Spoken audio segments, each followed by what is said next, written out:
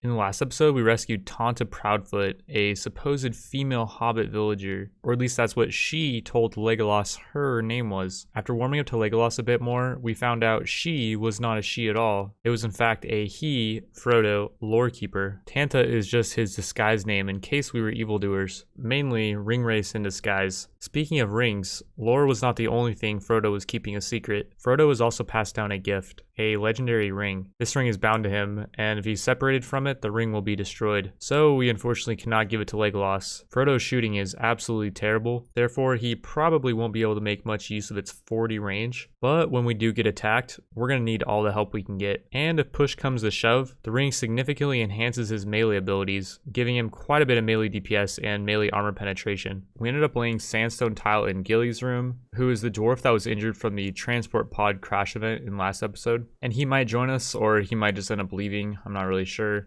And actually, if we take away his bed and make it 4 prisoners, he may actually just leave. And yeah, it looks like he's heading out, I think. Which, like, I think if he wanted to join us, he would have already. And the only reason why he was not leaving is because he was waiting to get full HP, and he was just kind of freeloading off of us. But I don't think he had any real intention of joining us anyways, which is fine. Like, he's not super amazing or anything. We would have liked his 8 animals and 7 social, but we'll survive without him. Frodo's mood's not great. He has an awful bedroom. So we're going to start the episode out by smoothing out the rest of his room. And that's actually silver tile right there. We do not want to lay sandstone over that. Our main priority early on in this episode is we want to get Jambo to finally join us, as Jambo does have 4 shooting skill and is a careful shooter, and so I feel like her and Frodo could definitely hold off some kind of raid, assuming we do send Legolas off on a solo mission, which we want to do very badly. So really, before we can get anything cool done, we need to recruit her, and she's only got 4.5 resist remaining, so we should be able to recruit her fairly soon. In the meantime, we're going to do a couple modifications to our current base loadout, and mainly we want to build a storage shed where we can store all the non-perishable goods, but goods that if left outside will deteriorate, such as any leathers. Insect jelly will also not go bad as long as it is under a roof. Another modification to the base that we're going to do is we're going to add a freezer. And the idea with this freezer is that we want it to be bordering this mountain, because if it is bordering the mountain, that will give it extra layers of insulation. Versus, for example, my original idea was to make this room the refrigerator room, but these are all single layer walls and that doesn't offer any natural insulation. I think it'd be much better if we built the refrigerator facing this mountain, just for that free insulation we'd be getting, as well as I want to build a nutrient paste dispenser. This is a great building if you don't have a cook, and even if you do have a cook, it's still a great building, especially when starting out. I mean, when you do have like 8 colonists, then yeah, you can have someone cooking full time. But before then, I feel like a nutrient paste dispenser is just a great investment. Relations with Kingdom Under the Mountain have changed from 18 to 35.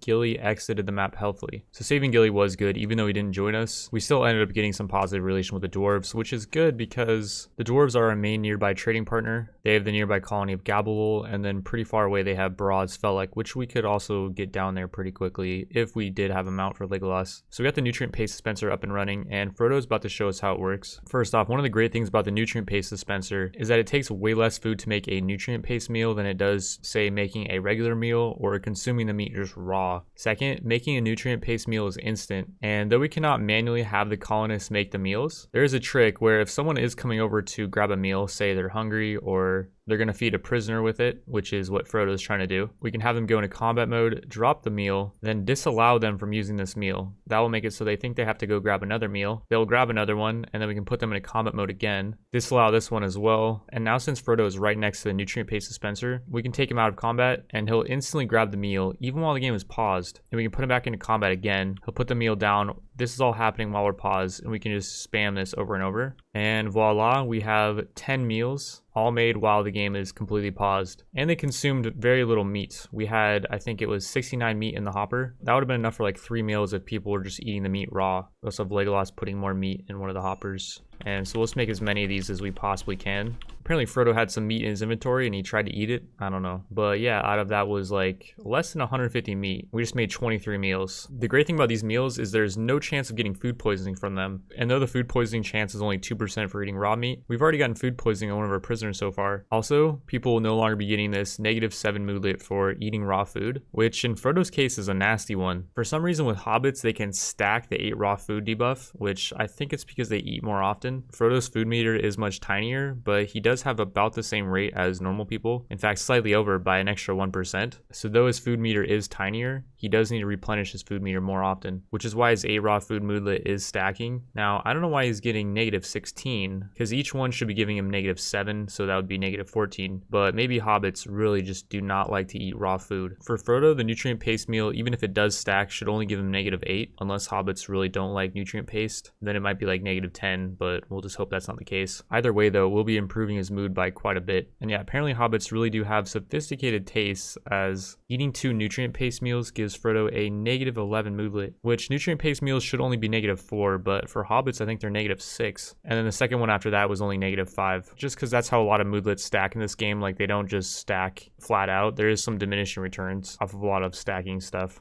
Jambo's resist finally got down to 0, and let's see if Legolas will be successful in recruiting her. Recruit failed at a 74% chance. Legolas, step your game up, man. I wasn't paying attention, but apparently Jambo did end up joining us after Legolas's second attempt, and as she was deconstructing one of our old rooms, the ceiling caved in on her and smashed her head, but it's not anything permanent, which is just why she is injured right now. The main thing though is she did join us, and she is a planter, and so we're gonna start planting some crops in this darker, rich soil, which apparently we can't plant outside of this zone, which is quite lame, as I would like to plant in that rich soil. In the rich soil over here, we're just gonna start off by planting some rice, which does grow really quickly. It only takes rice 3 days to grow, and it's very sensitive to the soil that it's growing on. In the soil below it, which only has a fertility of 100% versus the rich soil's fertility of 140, we'll just plant some hay grass, and we can use that when we're trying to tame up animals, which Jambo does have a burning passion for animals, so when she's not planting, we'll start having her try to tame animals. While recruiting Jambo, we've done some pretty heavy modifications to the base. We added in a giant rec room to just kind of combine all the structures into one building. I believe there are pretty big bonuses from having a nice rec room / dining room, and I think you can also make them the same. I'm not sure you need a separate rec room for all the fun activities and a separate dining room for people to eat at, but I know they do get bonuses. Like, for example, Frodo got the somewhat impressive dining room moodlet for a +4 bonus to his mood, which would go up if the dining room was more impressive, if like we had art in it and stuff. And yeah, after throwing some horseshoes in this room, he gets the very impressive rec room buff for 24 hours, and those combined give him a 9 moodlet buff, which is pretty huge. Also, you may notice we completely walled in the base, and we have a choke point over here that's not walled in, with a fairly experimental design. I didn't want to use the call traps, or I believe the wooden barricades, kind of OP from the medieval mod, but I did want to try out these limestone embrasures, which people can shoot over, but they can also be scaled.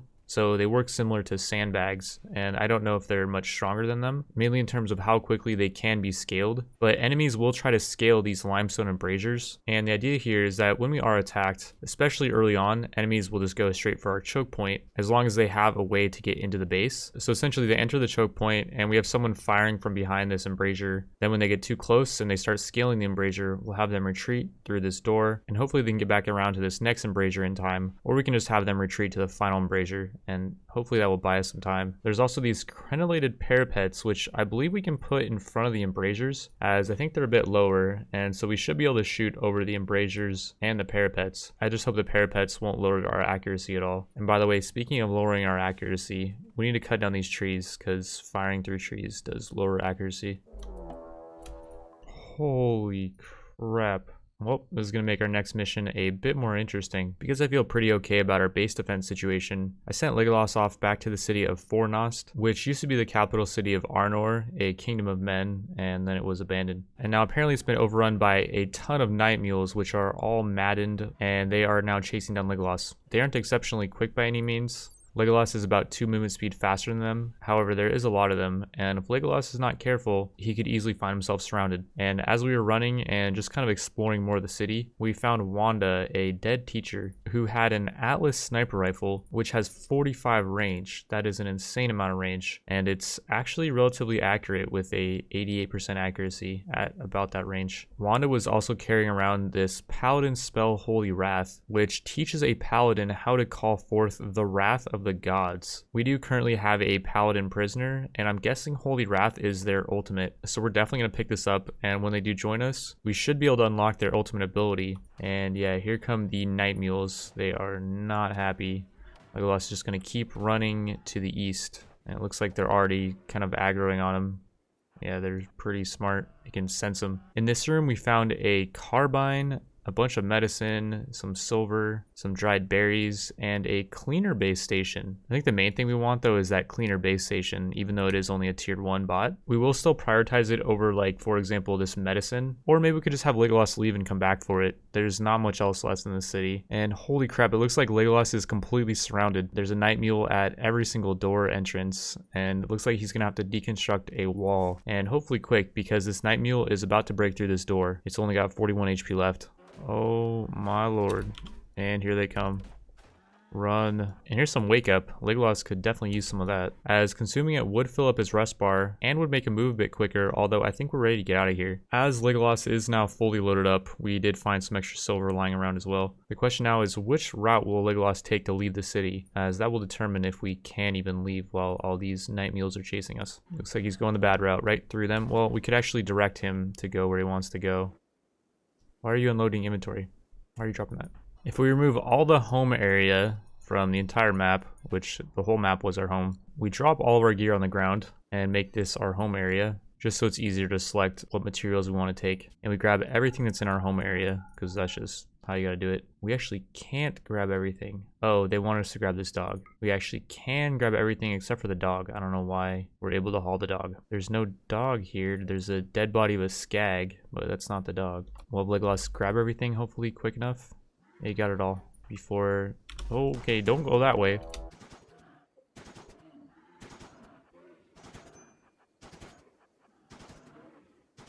I don't know why we didn't just do this before. Like, we can just have Legolas kill all these Nightmules, which, by the way, is much easier to do with the carbine. It has less reload and less aiming time, and it actually seems to be doing pretty good damage. It does 11 per, whereas the Hyperion Assault Rifle also does 11 per. The only thing about the carbine is it has 7 less range, but we don't care about range when we're fighting these Nightmules. And just like that, we just killed them all. Like, I don't know why I didn't do that at the very start. We had Legolas take everything home and sent them back to the city to butcher up all these Nightmules, as they do drop a bunch of this night leather as well as a good amount of meat. And now we have a bunch of meat for our refrigerator, which, by the way, we were getting a bit low.